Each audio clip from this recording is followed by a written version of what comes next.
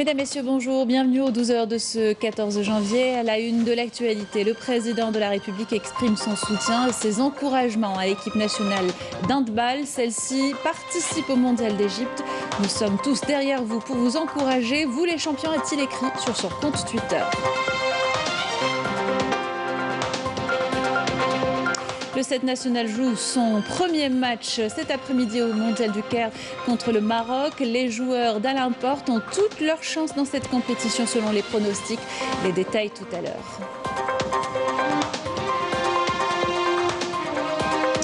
Zone d'ombre, la wilaya de Mostaganem en compte 462. Plusieurs projets sont en cours de réalisation pour améliorer la qualité de vie des habitants. Compte rendu de nos équipes sur place. Comment sortir de la toxicomanie? Zoom dans ce journal sur l'accompagnement des personnes addictes aux drogues à travers notamment une association à Bouira. Au-delà de l'aspect médical, celui psychologique primordial est pris en charge. Reportage dans cette édition.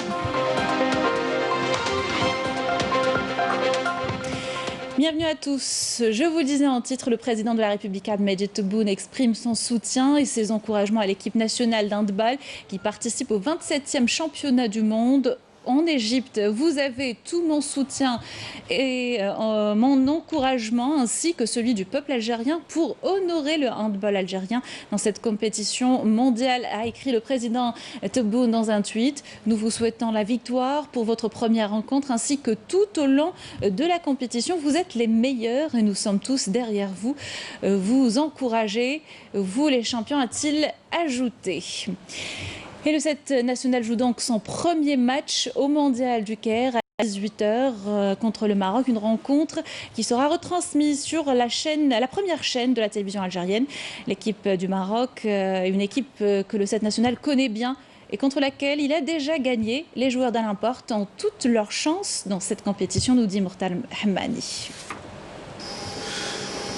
Remporter le derby maghrébin contre le Maroc, rien de mieux pour une bonne entame du mondial Kairos. Une belle bataille sportive qui s'annonce favorable au 7 national et qui de mieux que l'homme aux 5 Coupes d'Afrique des Nations pour placer un pronostic objectif. Moi, je me permets de dire que sur la valeur intrinsèque de l'équipe nationale, ce qui a été montré au dernier championnat d'Afrique à Tunis, et même si la victoire contre le Maroc a été relativement difficile, mais on domine de toute façon cette équipe marocaine. Et là, on va la dominer, à mon avis, encore plus facilement parce que l'équipe semble mieux, malgré les difficultés de la préparation. Un pronostic encourageant qui va certainement booster les joueurs et un staff sur ses gardes, surtout quand il s'agit d'un adversaire à sa portée. Et ce n'est pas l'expérience du trio Alain Porte, Tahar Laban et Hicham Boudrali qui nous contredira. Les joueurs semblent bien prêts physiquement et mentalement pour cette première confrontation qui, en cas de victoire, leur permettra de bien aborder le second match prévu samedi face à l'Islande. Dans le reste de l'actualité, zone d'ombre, la wilaya de Mostaganem en compte 462. Une enveloppe conséquente a été allouée par l'État au développement de ces régions. Plusieurs projets sont en cours de réalisation pour améliorer la qualité de vie des habitants. Reportage Manal Abdish, commentaire de Selim Ben Saïdi. 80 opérations de raccordement et d'extension au réseau d'alimentation en eau potable au profit de 450 communes enclavées sont en cours de réalisation à Mostaganem. Un projet qui se résume en la réalisation de 13 réservoirs d'eau et 3 stations de pompage. Nous avons renforcé le réseau AEP au profit de 4600 foyers issus de 70 douars.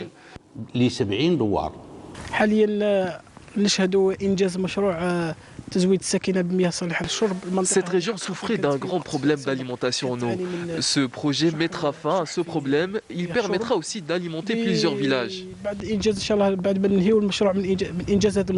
Mostaganem a en outre enregistré plusieurs projets de développement comme l'ouverture des pistes, l'aménagement des routes sur une distance de 120 km et le raccordement à l'électricité et au gaz naturel. Il nous manque aussi des écoles pour que nos enfants puissent se déplacer facilement sans parcourir plusieurs kilomètres. Nous avons un grand problème en alimentation électrique. Nous avons aussi besoin d'un stade communal et d'une école primaire. Nous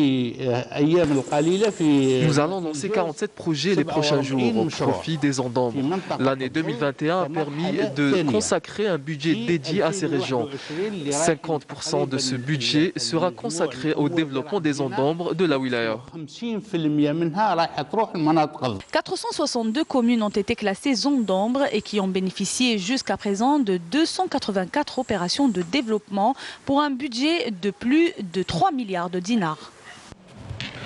Direction Béchar, wilaya qui connaît une hausse de la production d'olives. Depuis quelques années, les services agricoles ont organisé une campagne au profit des agriculteurs pour apprendre à bien entretenir et tailler l'arbre de l'olivier. Un facteur essentiel pour avoir une bonne récolte. Reportage Amina Laraj, commentaire de Walid Yousfi.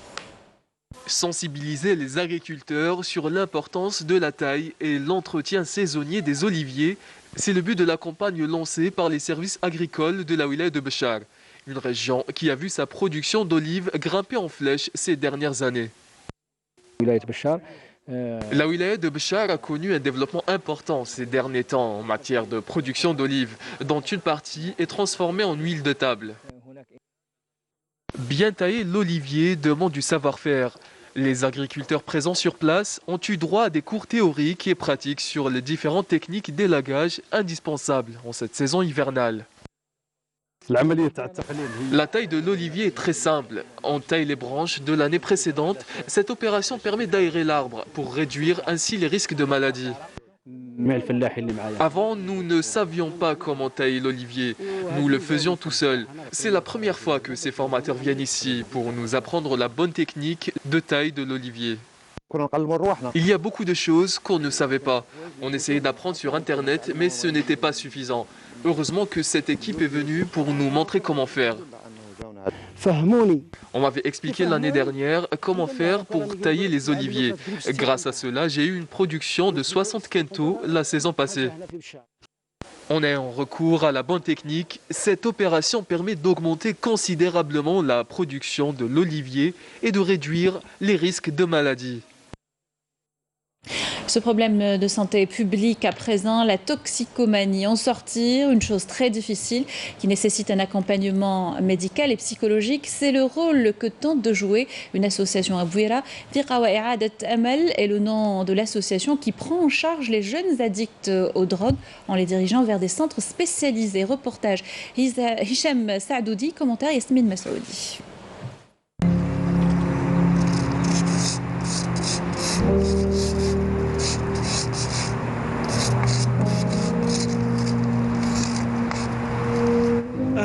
Ma résolution est d'arrêter la drogue.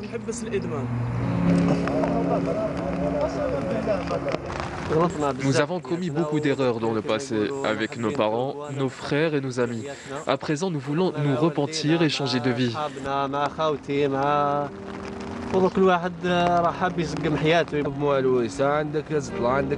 Je consommais des cachets, de l'alcool et de la drogue. Je rentrais tard à la maison, et cela depuis 2011.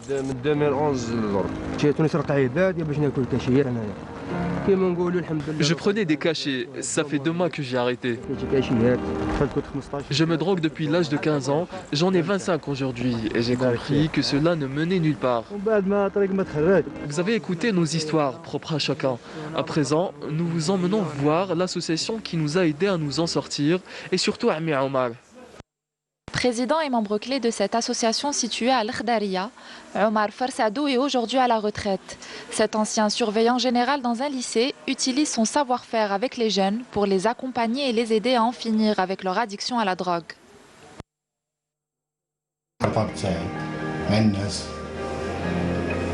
J'ai commencé mon travail avec les jeunes dans la rue. J'essayais d'approcher ces jeunes via les réseaux sociaux. Avec le temps, ce sont eux qui venaient vers moi. Mon souhait est de réussir à convaincre l'un de ces jeunes de ne plus toucher à la drogue. Et que ce même jeune réussisse à son tour à convaincre ses copains qui sont dans le même cas que lui. 75% du travail, c'est eux qui le font. Il faut de la volonté. Nous les orientons au centre de Blida. Nous voulons les emmener à Charaga aussi et à Tizi Ouzou pour qu'il n'y ait pas de surcharge. Nous avons réussi à guérir des jeunes à 100%. Nous recevons beaucoup d'aide, alhamdoulilah. Nous essayons d'attirer et de convaincre ces jeunes avec des paroles rassurantes. Réussir à sauver un jeune de la drogue est une tâche très difficile. Grâce aux membres de l'association et avec beaucoup de volonté, Hicham est un exemple de réussite. Il a pu s'en sortir aujourd'hui et se consacrer aux activités qu'il a toujours appréciées. Je suis un ancien membre de l'association. J'ai toujours été sportif, mais je suis tombé dans le piège de la drogue. J'ai réussi à m'en sortir grâce à cette association qui m'a hospitalisé. Je remercie tous ceux qui m'ont aidé. Une association qui a changé la vie de beaucoup de jeunes en les orientant vers les centres spécialisés.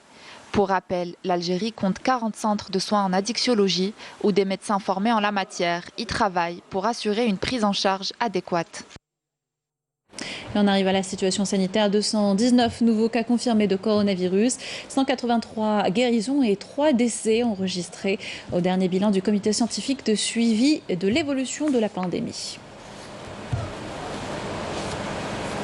À l'étranger, les opérations militaires se poursuivent le long du mur de la honte au Sahara occidental.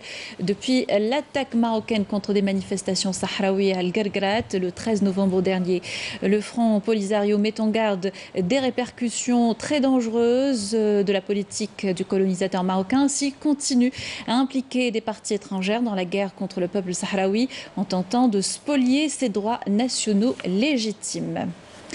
Puis manifestation à Raza devant le siège de l'Office de secours et de travaux des Nations Unies pour les réfugiés de la Palestine. Les contestataires dénoncent la réduction des aides financières accordées par l'administration de Donald Trump. La situation humanitaire dans la bande de Gaza soumise au blocus depuis 14 ans devient insoutenable.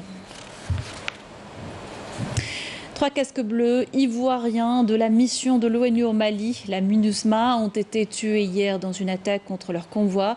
L'attaque est survenue au nord de Bahara Maoudé, sur l'axe entre Douentza et Tombouctou, dans une région connue pour être l'un des foyers de la violence dans le Sahel.